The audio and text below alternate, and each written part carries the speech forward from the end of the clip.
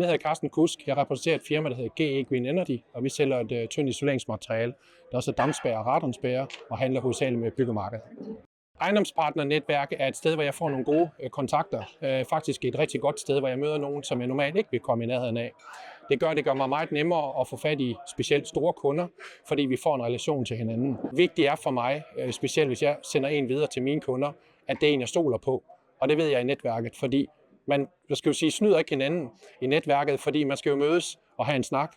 Og det er det, jeg føler mig utrolig tryg med. Møderne foregår på, at vi som sagt kommer i en kort præsentation. Vi fortæller, hvem vi er, får hils på hinanden og får et oplæg af nogle karakterer, og så får vi faktisk den her connection. Men altså, vi bliver trænet i og nogle gode ting, men det, jeg synes, der er positivt, det er der med, at der er tid til at sætte sig ned og snakke med hinanden og få byttet ting i forhold til hinanden på kryds og på tværs.